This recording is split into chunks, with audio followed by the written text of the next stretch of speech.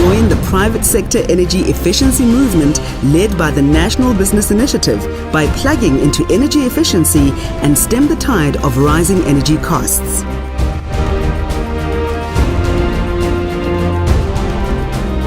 So one of the things about lighting is it's really easy to implement very low or no cost savings. I mean, if we get people to switch off the lights in a room every time they walk out, then there's no or very little need to replace the lights or to install timers and sensors, because a simple behavioral change will be able to save all the energy that you can save by using timers or sensors. Which means that there's zero cost involved in implementing this particular solution, which can be very effective. Lighting projects are also scalable, so you don't have to do all at once. So if we're looking at replacing all the lights within this particular building, we can say, okay, we'll do it room by room, and we'll do, for example, this room with about 40 lights odd. So we'll do the implementation of this room, and then next week or next month or whatever, we can do the implementation of the room next door, in which case we can space the capital investments, which means that people don't have to put down lump sums of capital cost in order to refurbish all the lights at once, which makes it a very attractive solution or attractive project to chase up on. Also, as we're going on, energy efficiency and technology of the lighting has improved significantly. So over the past 5 years, if you looked at LED lighting technology 5 years ago versus LED technology today, you will see a vast difference. And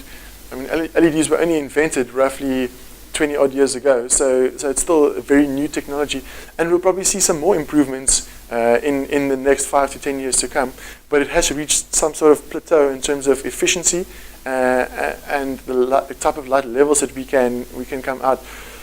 which is great because it allows larger productions to come into play, which means the cost will keep on coming down. Also, what you see is that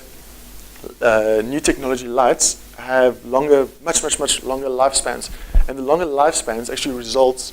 in reduced maintenance, because now you need less people to change the lights, less time in terms of procurement, sourcing the correct type of lights, especially in hard to reach places. So if you're looking at factories with high bays, and then you need to have some sort of pallet lift or a massive ladder to get there, those types of scenarios are key in terms of maintenance, because you don't want somebody to go up there once a week to change the light bulb,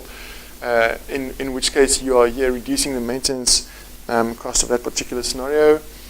I did mention small capital costs. Something I didn't mention on here is that a large portion of old technology lights make use of glass. Now, for some of you guys, glass might be an hazardous type of thing to work with. If you have breakage in your area, specifically in the food processing type of industries, if you break lights in a storage room or something, quite often all the content of the room needs to be thrown away or cleared up in order to ensure that none of the glass is entered into the products, which means or which mitigates the risk of somebody or something consuming the glass. So a lot of the newer technologies,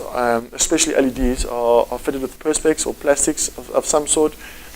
so it mitigates the risk of having glass breakage. One of the food processing plants we audited quite a while ago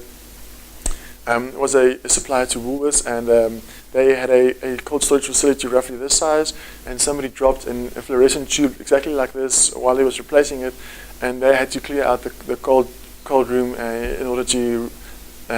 reduce the risk of anybody ingesting this particular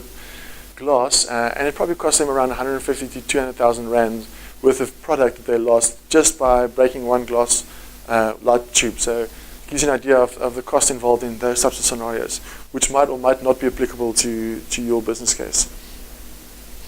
Okay, and then back to the costs. Once you have small capital costs and large savings, what you'll see is that you'll find relatively short payback periods. So the lights will start paying for themselves in 8 months or a year or 2 years' time, or whatever the case may be, which is relatively good in terms of financing these types of solutions.